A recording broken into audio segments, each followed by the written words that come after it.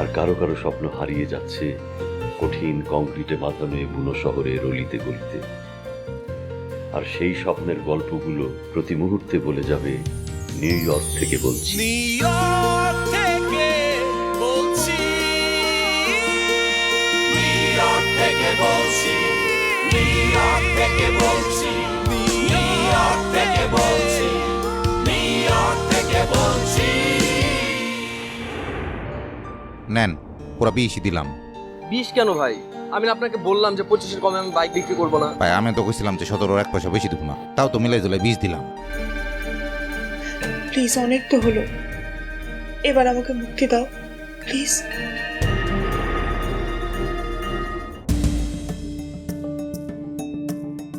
তুমি একটা better life চেয়েছিলে, আমি তো দিয়েছি তোমাকে সেটা। And in return, whatever I want, you have to give that to me. এখানকার তোমার lavish lifestyle, it's all because of me. So I own your life.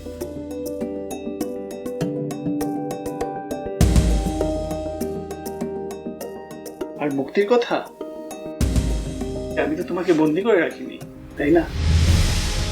তুমি তো নিজেই বন্দী হয়েছো। তাই এখান থেকে মুক্তি পাওয়ার পথ তোমাকেই খুঁজে নিতে হবে। তুমি যদি মুক্তি চাও, মুক্তি তো তোমাকে দিতেই পারি, কিন্তু এখানে তো একটা শর্ত আছে। First $1 that you borrowed from me, তারপর তো মুক্তি হয়ে যাবে। এখানে ইচ্ছে যেতে পারবে তুমি। এনিওয়ে, খিদে লাগছে, খাবারটা নিয়ে কথা।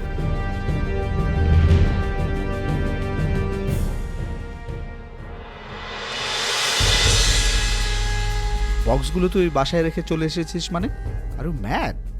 আমি খুব চিন্তা ভাবনা করে কাজটা করেছি। বক্সগুলো ওই বাসাতেই সেফ আছে। এতই যখন সেফ আছে তাহলে তুই বেরিয়ে আসলি কেন?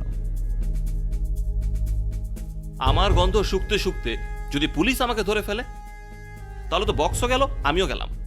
এখন তো অন্তত পক্ষে বক্সগুলো সেফ জায়গায় আছে। কিন্তু কোনো কিন্তু না রন, আমি খুব জেনে বুঝে কাজটা করেছি। জিনিসগুলো যদি মিসিং হয় এর দায়ভার তোকেই নিতে হবে, আমি নিতে পারবো না। তুই আমাকে থ্রেট দিচ্ছিস নাকি? তুই তো নিজের বন্ধুকে ভয় দেখাচ্ছিস। না, সত্যিটাই বলছি। বন্ধু হলে তোর ভালো চাই, এজন্যই বলছি। হ্যাঁ বুঝছি তো কত ভালো চাস। আচ্ছা যাই হোক, তুই এখন কোথায় যাবি, কি করবি চিন্তা করে দেখ। চিন্তা ভাবনা করবার মতো এখন সময় নেই। পিঠ বোধ হয় দেয়ালেই ঠেকে গেছে। থাকার মতো শুধু একটা মাত্র জায়গা আছে। কোথায়? চল।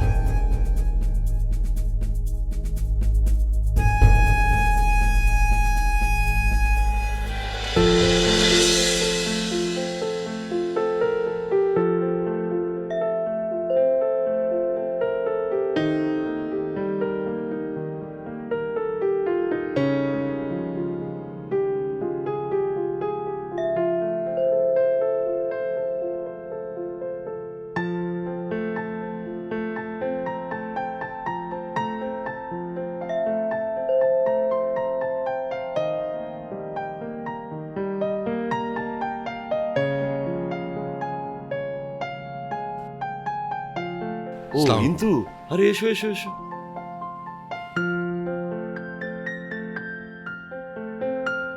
আন্টি এখন কেমন আছেন? গতকালের চেয়ে আজ অনেক ভালো। তুমি দাঁড়িয়ে আছো কেন? বসো। না না, ঠিক আছে। আন্টির সাথে একটু দেখা করা যাবে? দেখা করা যাবে না কেন? অবশ্যই যাবে, কিন্তু ও তো এখন একটু ঘুমোচ্ছে। মানে ওই ডাক্তাররা ঘুমের ওষুধটা একটু বাড়িয়ে দিয়েছে তো। না না, ঠিক আছে, তাহলে আন্টি আরাম করে ঘুমাক, আমরা বরং এখানেই বসি। হ্যাঁ, কিন্তু আমি তোমার জন্য না একটু চা বানিয়ে নিয়ে আসি। না না আঙ্কেল, ঝামেলার কোনো দরকার নেই। আমি তো মানে কোনো ঝামেলার কিছু নেই। দোস্ত, তুমি আমাকে চা বানিয়ে খাওয়াও। আজ আমার হাতের চা খেয়ে দেখো খেতে কেমন লাগে, ঠিক আছে?